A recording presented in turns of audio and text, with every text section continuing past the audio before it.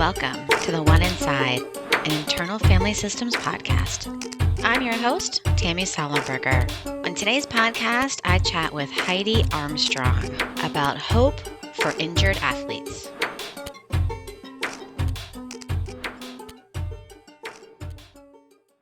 Hey everyone. I am so excited to share Heidi's story with you. Heidi is an IFS Informed super warrior, superstar, and all around one of the most resilient and kind human beings I've ever met. Her story is tragic, but it's hopeful and inspiring. We talk about her story and lessons she's learned along the way. About the 30-minute mark, we go into recipes for success, steps people can do now that are so practical, and we end with giving suggestions and ideas for therapists and people who support injured athletes. I found this episode to be so inspirational, and I hope you will too. Read more about Heidi's story on her website, injuredathletestoolbox.com. You can also email her at heidi@injuredathletes.com. Of course, as always, I would love to hear from you. Connect with me on Instagram, Twitter, and Clubhouse at IFS Tammy, and with a community on Facebook at the One Inside Podcast. Also, I've made some changes to my website, and I'm going to be adding some, hopefully, in the next few months, new and exciting things happening there. So check out my website at tammysollenberger.com. Enjoy.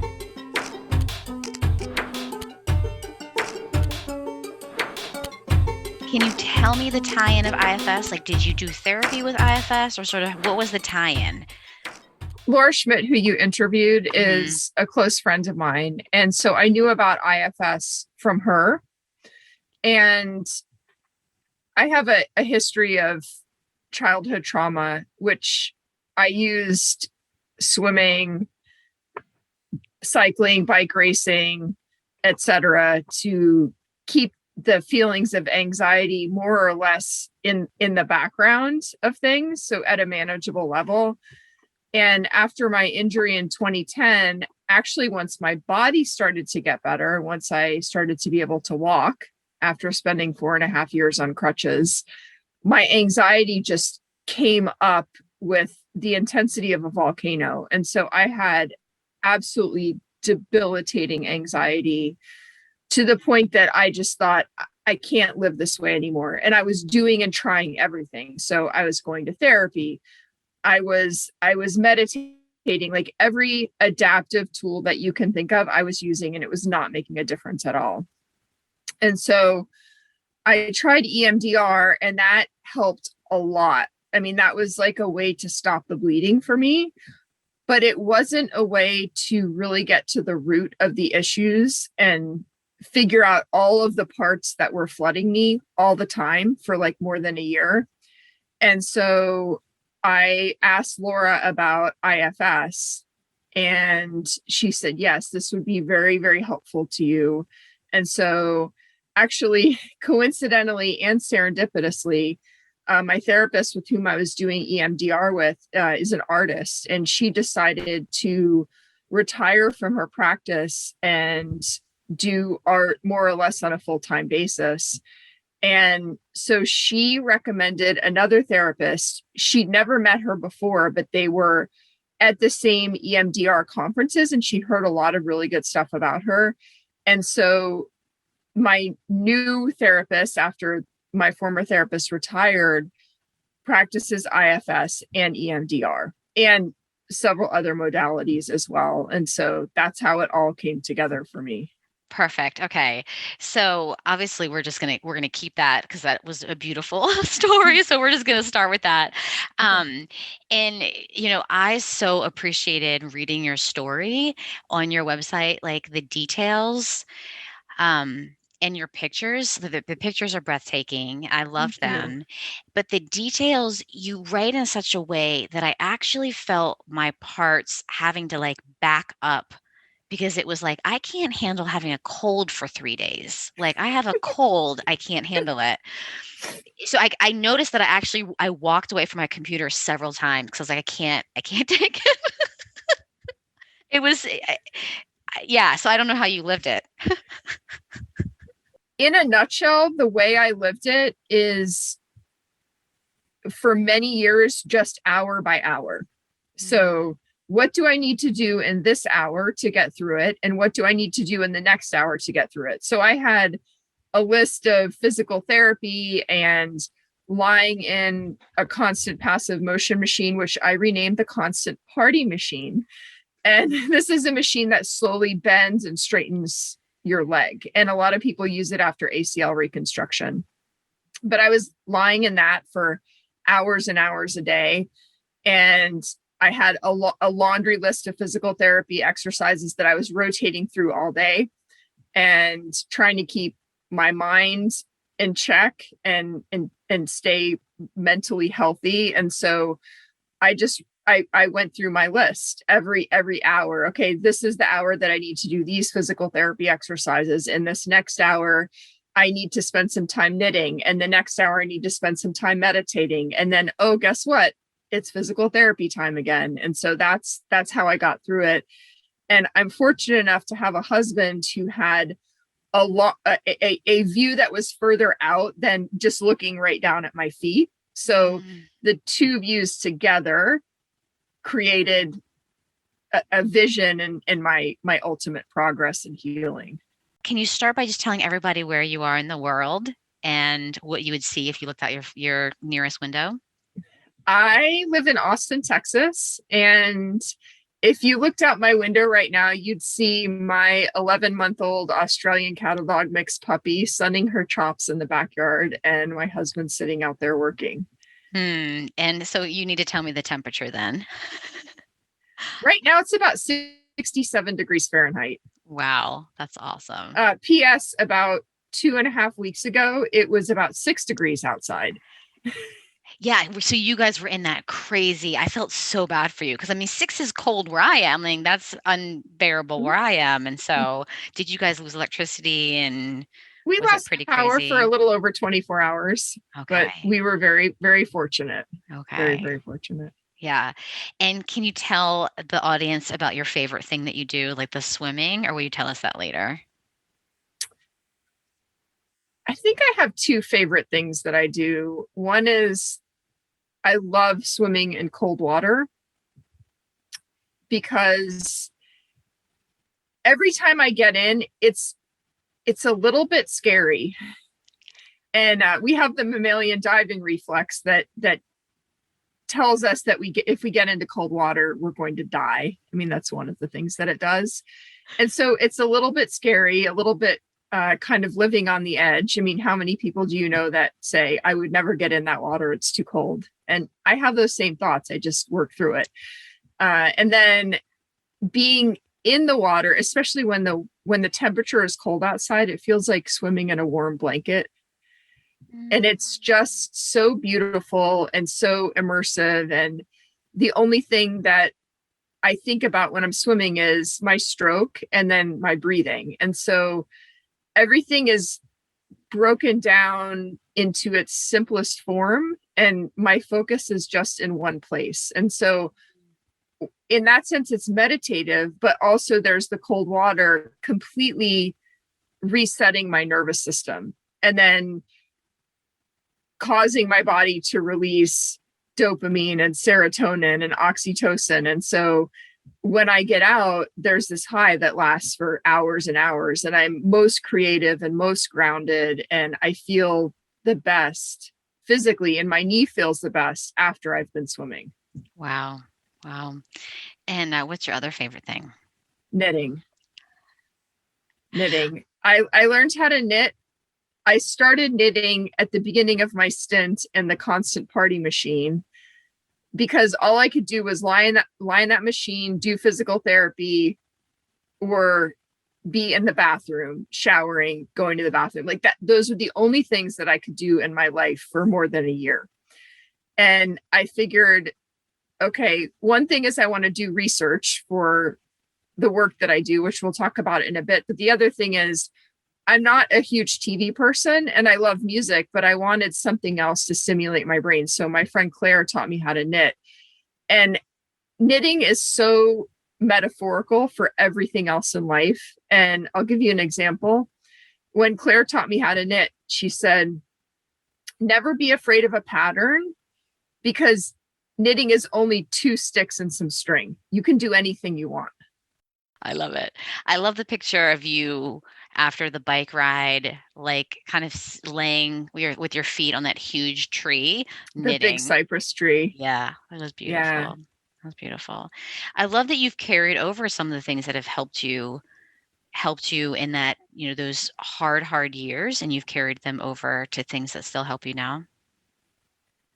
I have to schedule time to do those things still, because the condition I have, arthrofibrosis, is chronic. And so my knee always gives me input and stimulates my nervous system in a different way than my other leg. And so I still have some proprioceptive issues and some balance issues, and some days where I feel like I roll out of bed and my leg just wants to drag in back of me.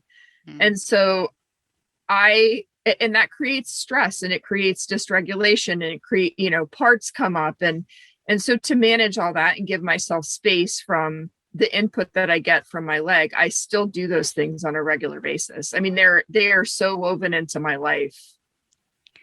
I love the way you just said that, though. Like, my leg gives me information, and then that triggers my nervous system. And I don't Mm-hmm. think that we think about pain, and we don't think about our bodies that way. Mm-hmm. So I love the way you just said that. Is what a Yeah, beautiful way of thinking about and relating to our bodies and relating to pain. absolutely. And pain is so fascinating to me. And I always remind myself about pain, that painkillers like morphine, they don't actually take away the pain. They take away the fact that we care about the pain. Oh, wow. Okay. And so I remind myself of that if I'm getting weird input from my nervous system, that, okay, I need to deal with the care part of it. I love that. I love that. Well, I would love to hear more of your story. So do you want to tell Yeah, of us about course. your story? Yeah. Yeah. Yeah. So I'll tell the abbreviated version, and you notice on my website that it's very long and in a sense unabridged. And it didn't start that way. It started as a very brief synopsis of what happened to me, but I got so many emails over the years asking questions about what happened here, what did you do here? And so I just have filled it in, and it's just gotten longer and longer and longer over the last 10 years or so. So that's why it is the length that it is. Do you want But to tell everybody what your website, and we'll have it on the show notes and stuff. my website is injuredathletestoolbox.com.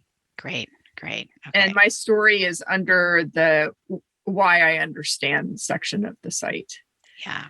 So way back when Jesus was a baby, I was a professional mountain bike racer, and I had a crash and a subsequent injury that made me completely lose my identity and my self-worth, and essentially resulted in existential crisis. And I had one surgery that didn't work. I had another surgery, and I knew I was in for a very, very long recovery. So years, ended up being about 4.5 years. But in that initial recovery phase, I went from being really even tempered and just easygoing to being angry all the time. So all of my emotions went through this anger filter.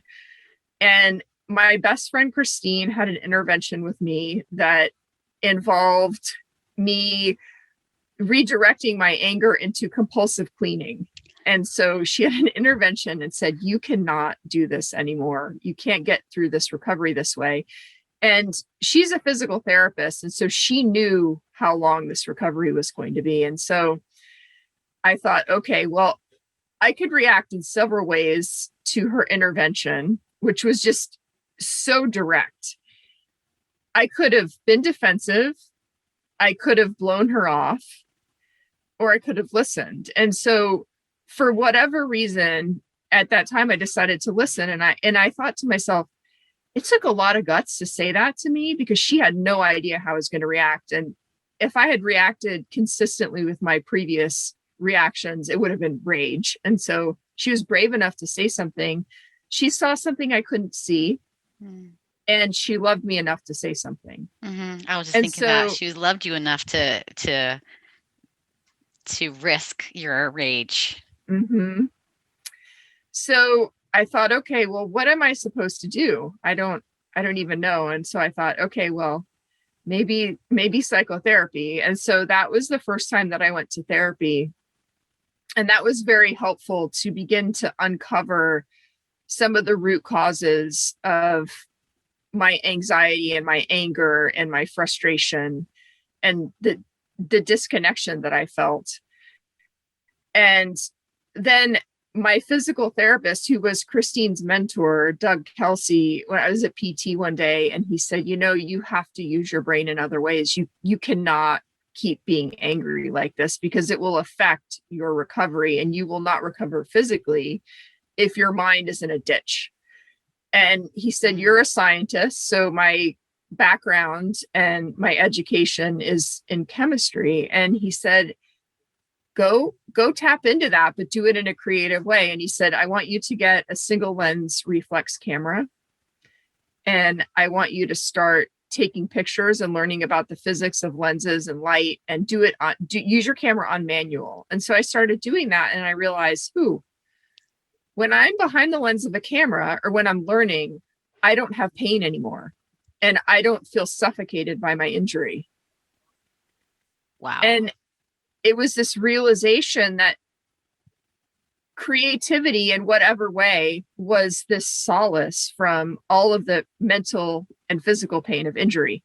And so photography was my foray into creativity, but then I started specific types of journaling. I started yoga. I started doing a lot of other things that would basically train my brain, because when athletes get injured, they are more or less forced to show up to the start line of some long, gnarly race with zero training. Mm.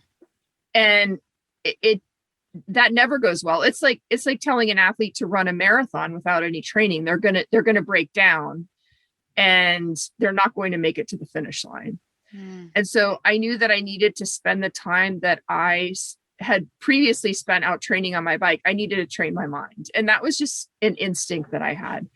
So it took me about 6 months to dig out of this mental hole and transform the anger into something that was more healthy. And after that, my surgeon called me and he said, hey, Heidi, I have this athlete, and I don't think he needs psychotherapy right now, but he needs to talk to somebody else who understands what he's going through. And that's a really big thing with athletes. They want to talk to someone else that gets it. And so he said, can I give him your number? And so he did. And I started working with that athlete, and then over the years began working with more athletes. And I had a career at the time, but I just did this because I believe when you learn, you should teach. And so I did that. Fast forward 10 years to 2010, and I had a ski racing injury, which it was Nordic skiing, not downhill, which you would typically associate with injuries.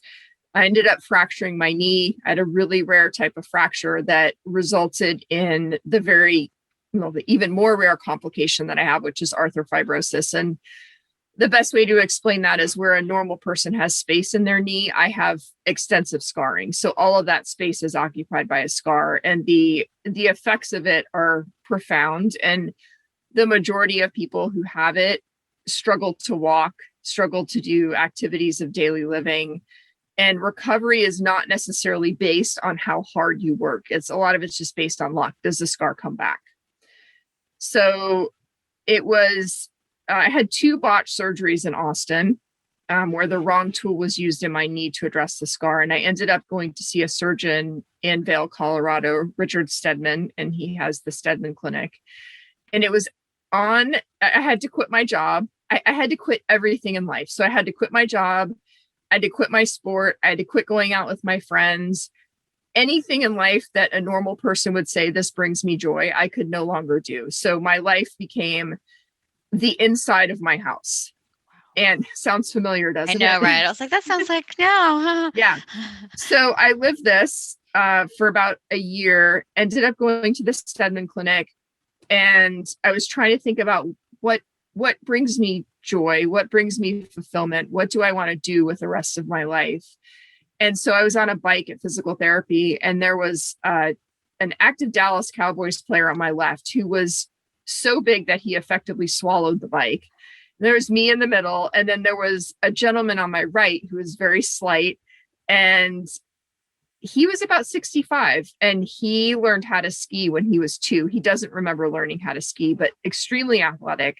So we're all talking, and I realized, oh my gosh, we're using the same words to describe what we're going through. We're completely different people, but it's the same exact experience. Hmm. And so I left that PT session thinking, I want to do research and I want to figure out what are the common sufferings athletes go through when they're injured. So we can talk more about that in a bit, but that was a springboard to me doing a year of research with injured athletes and then also with clinicians. And that was a very interesting arm of my research as well.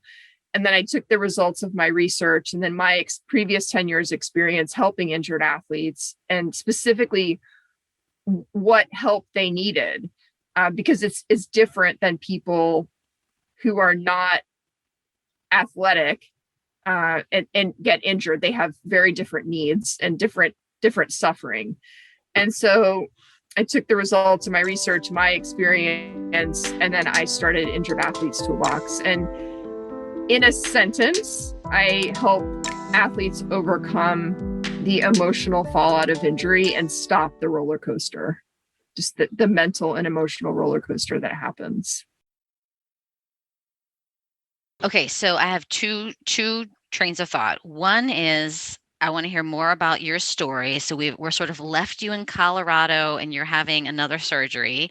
And then I want to hear about the differences in athletes Mhm. and what's different and how you help. Like, what do they say that's different? What are they Mhm. experiencing that's different? And how do you help them differently? Mhm. But I also want to, what happened to you? You're in Colorado and like you're stuck in Colorado right now with the famous amazing surgeon. Yes. So that was the first of 6 surgeries there. And I spent a total of 4.5 years on crutches and had to relearn to walk again. I think I've lost count of how many times, 4, 5, 6 times, something like that. And my entire life for a decade revolved around my knee, taking care of my knee, physical therapy, obeying restrictions, lots of restrictions. So for years and years, my husband Dan had to do everything for me, which leads could lead down the rabbit hole of talking about the concept of asking for and accepting help. And I have recovered beautifully. And as I said, some of it is getting the right treatment, some of it is doing the physical therapy, some of it is obeying limitations. A lot of it is luck. And I had a couple of scar regrowths, had to have additional surgeries, hence the 6 surgeries. But I have a really functional leg and a functional life. And I'm very fortunate that the physical therapist with whom I worked in Vail, Luke O'Brien is his name, and he's so incredibly wise. And he told me at my first visit, your leg is never going to feel like the other side, but just because it feels differently doesn't mean you can't have a functional leg and a functional life. Mhm. And so I am still to this day recovering from all of the trauma of the surgeries, being on crutches, because it's not just my leg, it's my entire body that became disconnected. Right. So Right. I am slowly pecking away at the next disconnection and how to fix it. And I've been relentless in terms of rebuilding my body in a way Mm. that I've been told approximately 97% of other people would not be. But I see it as an opportunity to gain back as much capacity as possible.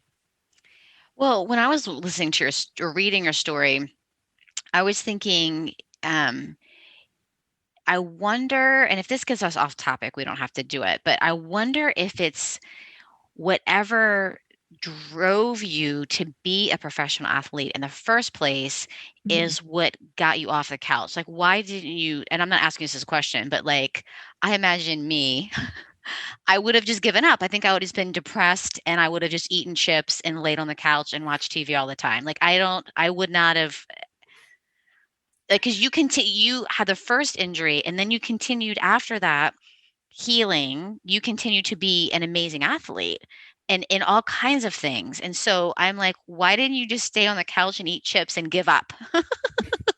So I wonder, sort of that was my question is like, That's was a really good question. And it reminds me of someone I met at the Stedman Clinic that I've kept in touch with. And she learned how to play guitar and she does open mic nights and she sings now. And she said, when I was going through my recovery, I thought, well, I could either sit on the couch and smoke a lot of weed or I could learn something new. And so she learned how to play guitar. But you've hit on a really, really good vein of discussion because athletes have so much focus and so much intensity that when we're injured, what it takes is a refocusing of that focus. And that's one of the things that I help people do because athletes don't realize that all of that intensity can be channeled through other avenues to help their mind. Athletes don't realize that all of that intensity can be channeled in a different direction to help them adapt to the injury, to the recovery, to the frustration, to the impatience, and to have parts that feel that way, yet not let them take over, right? Not get overwhelmed by those parts. yeah, that makes so much sense, right? Because it takes that focus and that intensity to become the kind of athlete that you were. And so then you can I'm just saying what you just said, but so you can take that same focus and intensity, which I think you have, like you've done that into your recovery Mm-hmm. and into your business and into your dog training and into your swimming. So I love that. And it sounds like that's one of the things that you do is you even suggest that and you then help athletes do that. I do. I do. And I tell my clients, I don't think there's anything particularly special about me that is not in other people. I think that we all have it. It's a matter of uncovering the parts of us that are coming up that become barriers to moving forward when we're injured. And that's where I think IFS comes in. Do you want to say more about that? You talked about that in your story too, about that. I'm wondering sort of those are the parts that kind of were pushed down that you didn't deal with, sort of all that trauma and Mhm. that then yeah. So sort of your managers were sort of the parts of you that were focused and very active and very athletic were were working really hard to make sure you didn't feel that anxiety and scared and Exactly. all the stuff from trauma. Yeah. Yes. And I have noticed that over and over and over with my clients, movement becomes a crutch with no redundancy. And so, what the crutch does is it keeps them upright in the face of stress. Could be from a job, could be from things that are going on at home, could be from childhood trauma. And exercising and working out and racing is a really great coping tool if there's some redundancy to it and if somebody's identity doesn't completely wrap around that one thing. And what I mean by redundancy is when that thing is gone, there's no more crutch and that person is lying on the ground without any means to get up or move forward. Yeah. Yeah. And so what happens is, and I call this the backup alarm effect. It's the person is injured, they're lying on the couch or sitting in a chair, perseverating. So thinking about when am I going to run again? I can't believe this happened to me. And dealing with all of the physical fallout of injury, not realizing that the worst injury is the one that nobody can see. And so this perseveration happens, and then all of a sudden there's this backup alarm, like the Amazon delivery truck or the UPS truck, right? And all of a sudden everything from that person's past is just dumped on them, and they're lying beneath it completely overwhelmed. Could be depression, could be anxiety, could be anger.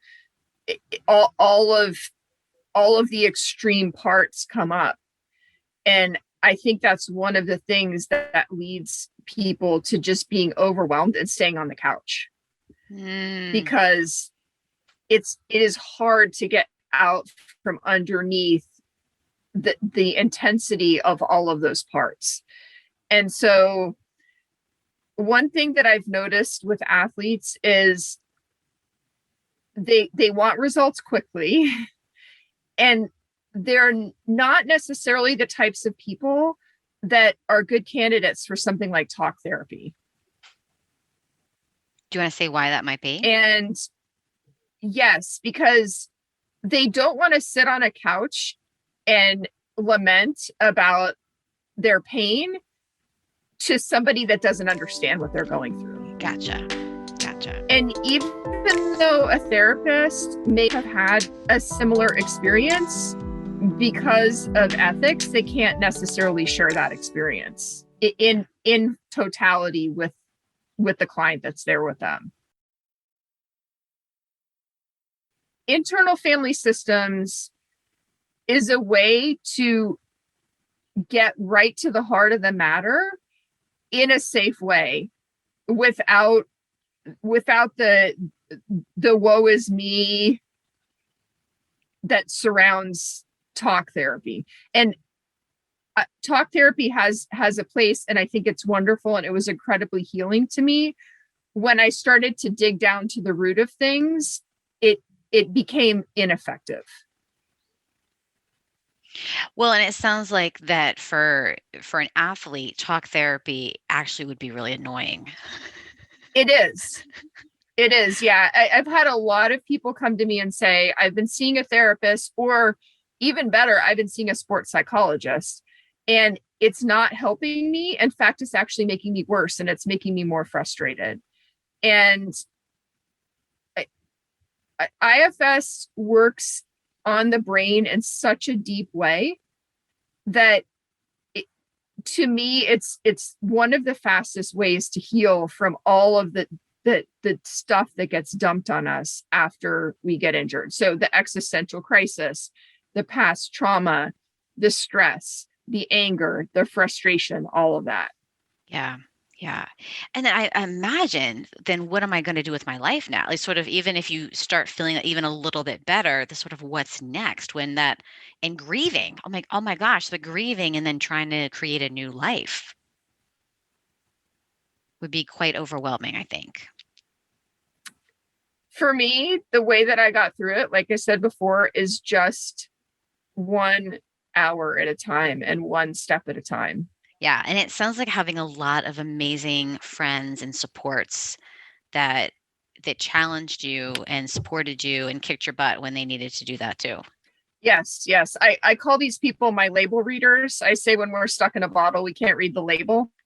Oh, and we all need somebody in our life that can say, that's not working. You need to do something different. And they can say it exactly like that. And you trust that person to know you well enough to see what you can't see. I love that. Your label readers. That's fantastic. Tell me about research. I talked with more than 200 injured athletes, and the youngest was 14. The oldest was 78.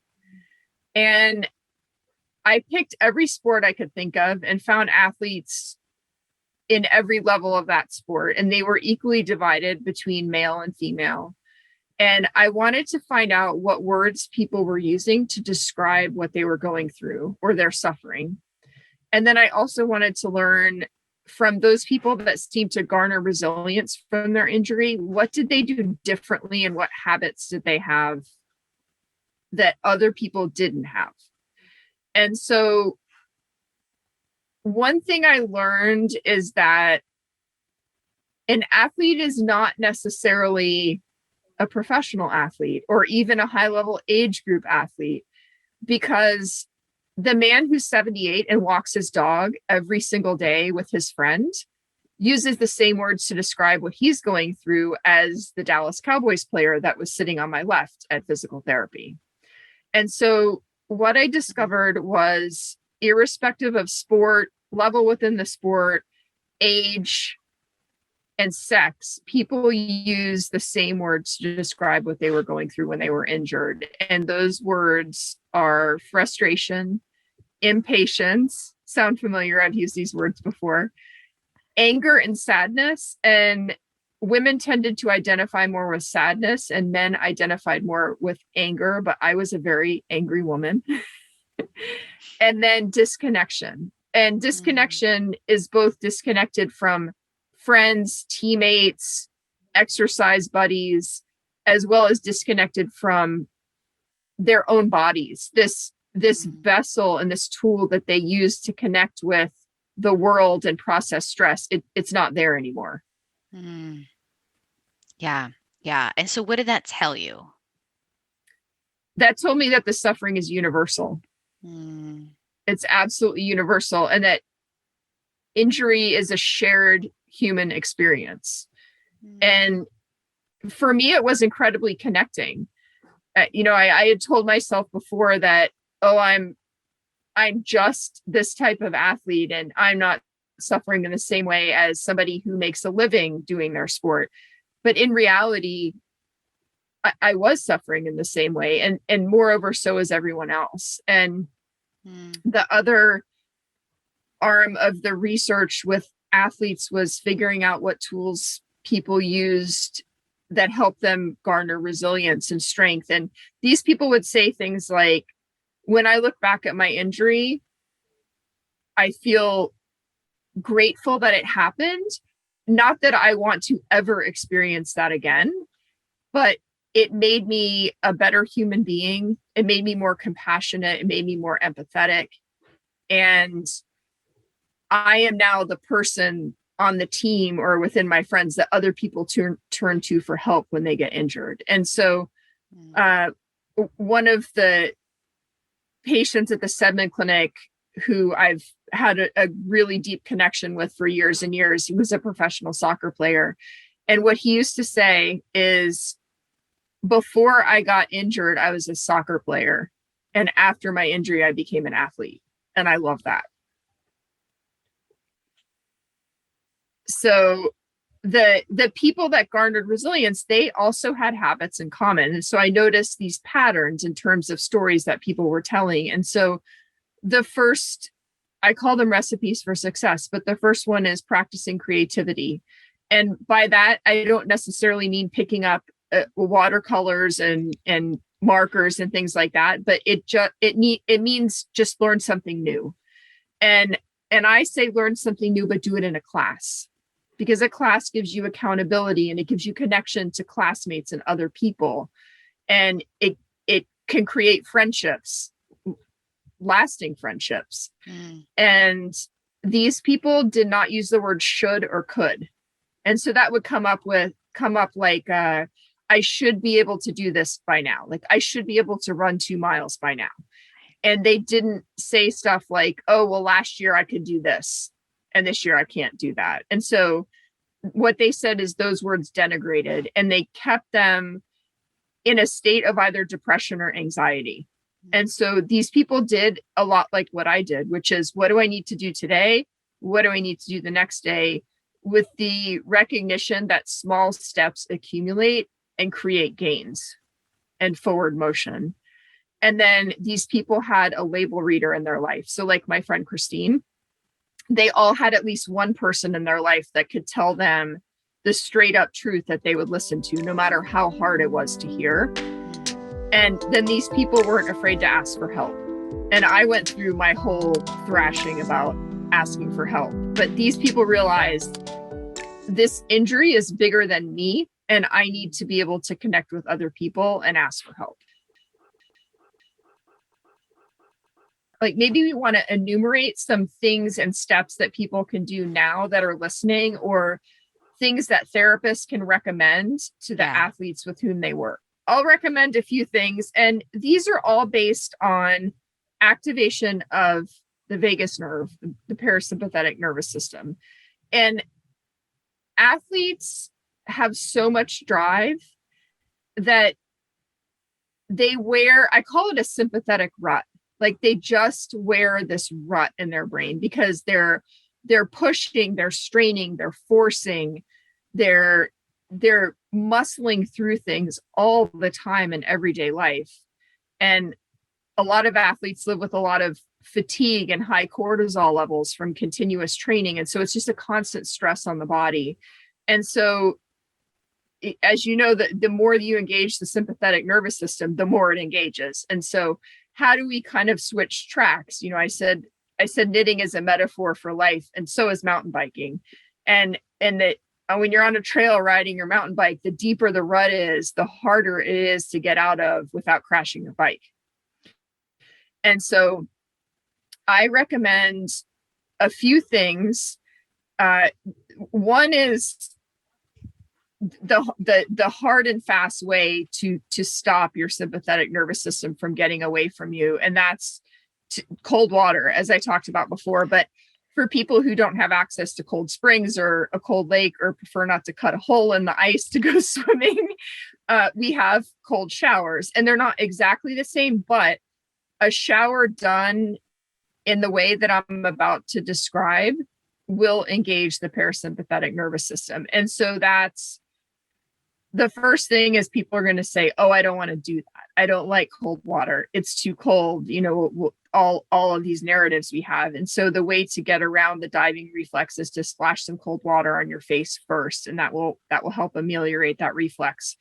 Get in the cold water, stay in there until you shiver. So not just like in, scream, get out, but stay in for a while until you start to shiver, and then get out, wrap yourself up like a burrito, and then lie down.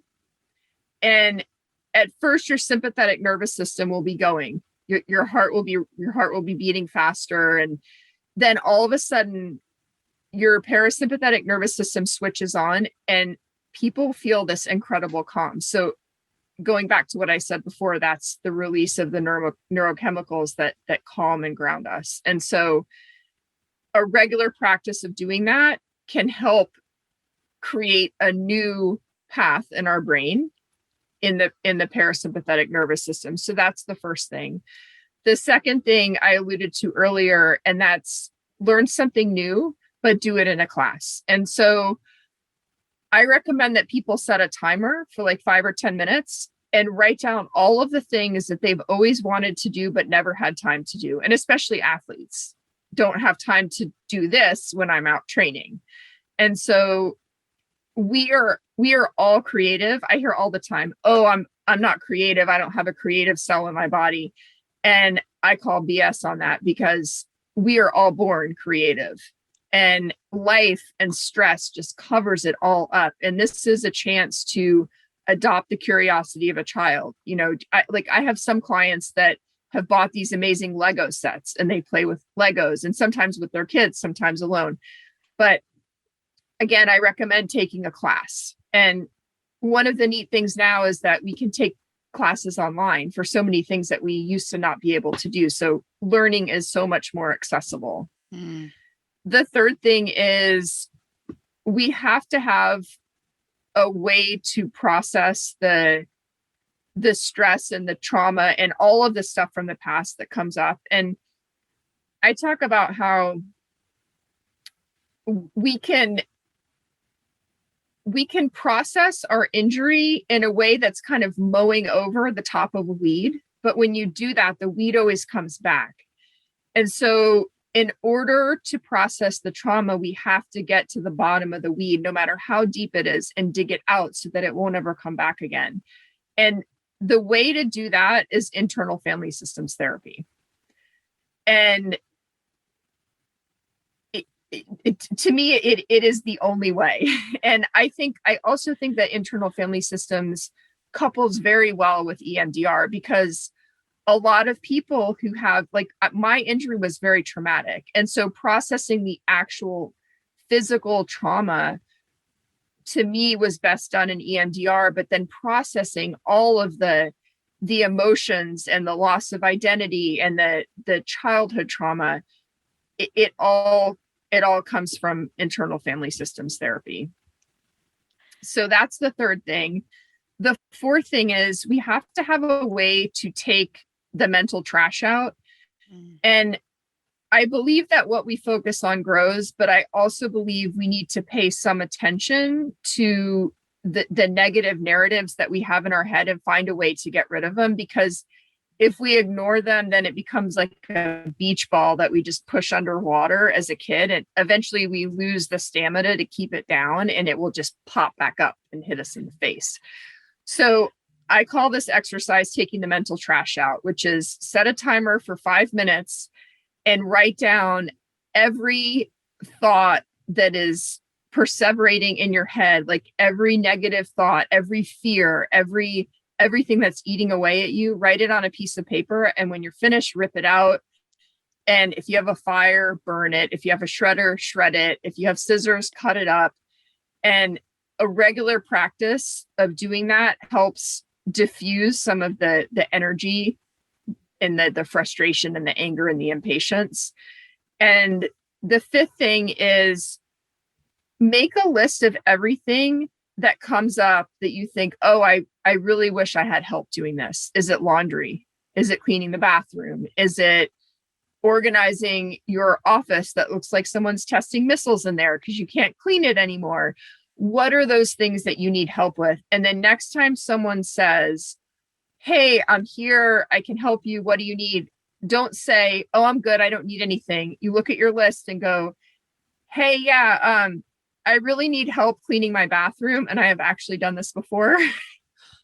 Can you come over sometime? I'll have a bottle of Prosecco or a cup of nice coffee or something, to like a nice chocolate bar, and we can hang out, and I can maybe sit on the floor and help a little bit, but I really need help with this. And that creates connection, and connection creates hope.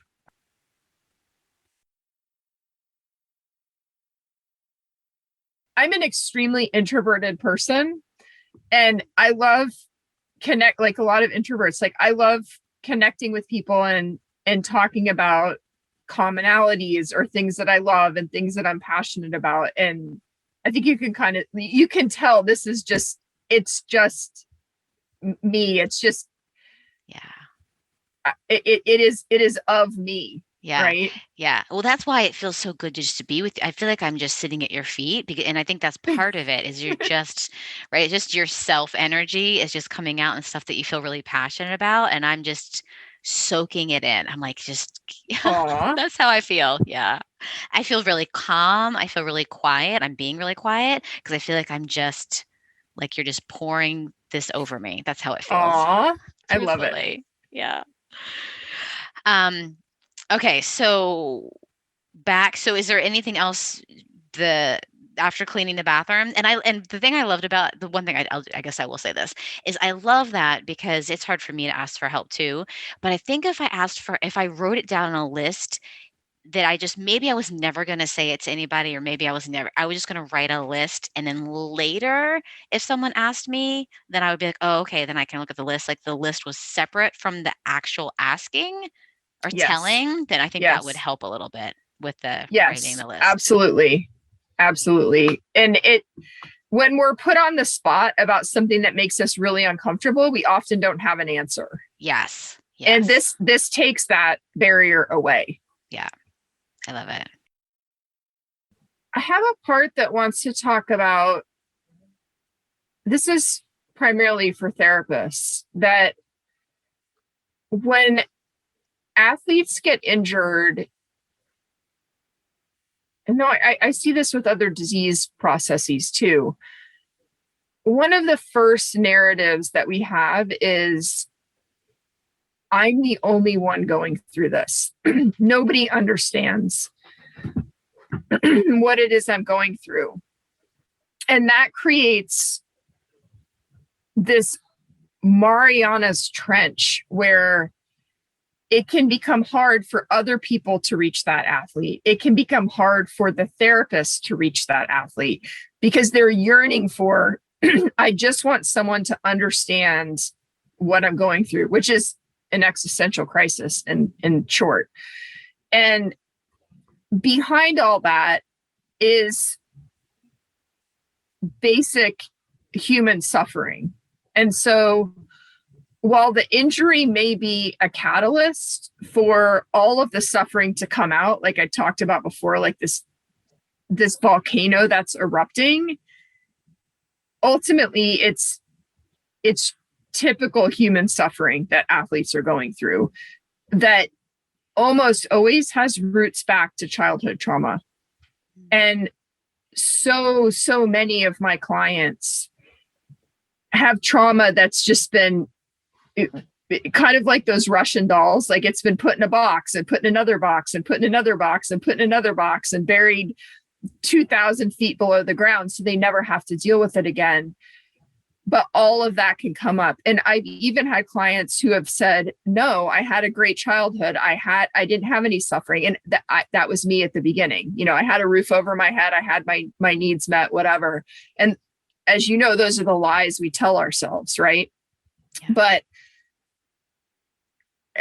I want therapists to know that the part that's coming up for athletes that yearns for someone else to just get what they're going through is a protector, and it's keeping them from being vulnerable and accessing all of the trauma that's been boxed and reboxed and boxed again and buried.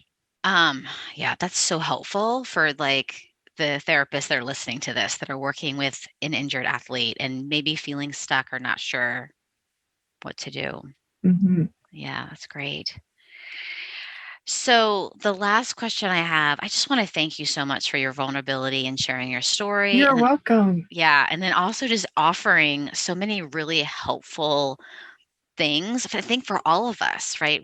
So I just really want to thank you. It was beautiful. You're welcome. And I would like to mention that my website, everything on my website is there for people to help themselves. And my intention was to blog about all the challenges that athletes face, to offer resources, and everything is there for free for therapists as well as for people who feel like they can guide themselves through the process.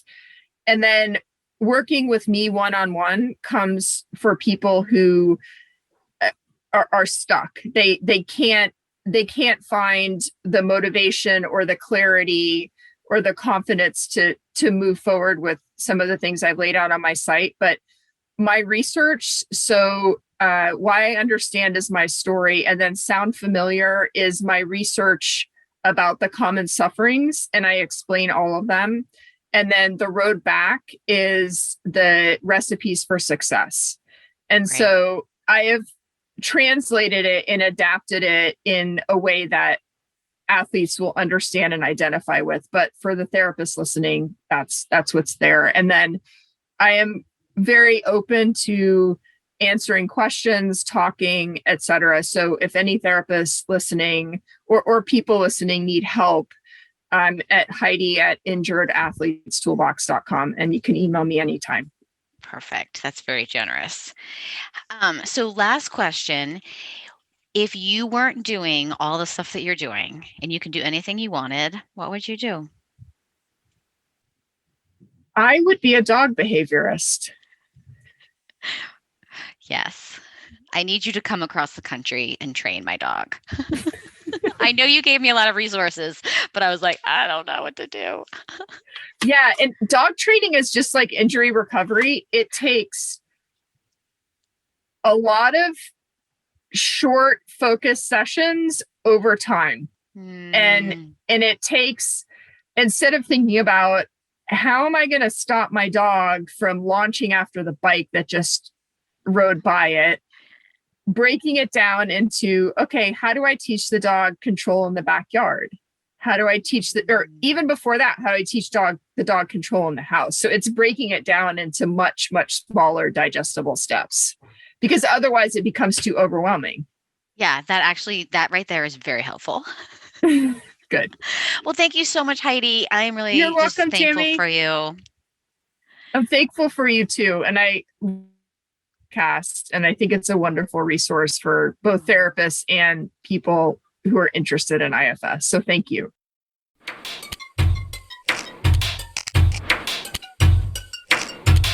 Thanks for hanging out today. If you like this episode, make sure you subscribe. And if you really like this episode, share it with a friend and leave a review. You can follow me on Instagram at IFSTammy and join our community on Facebook at the One Inside Podcast. Talk to you next time.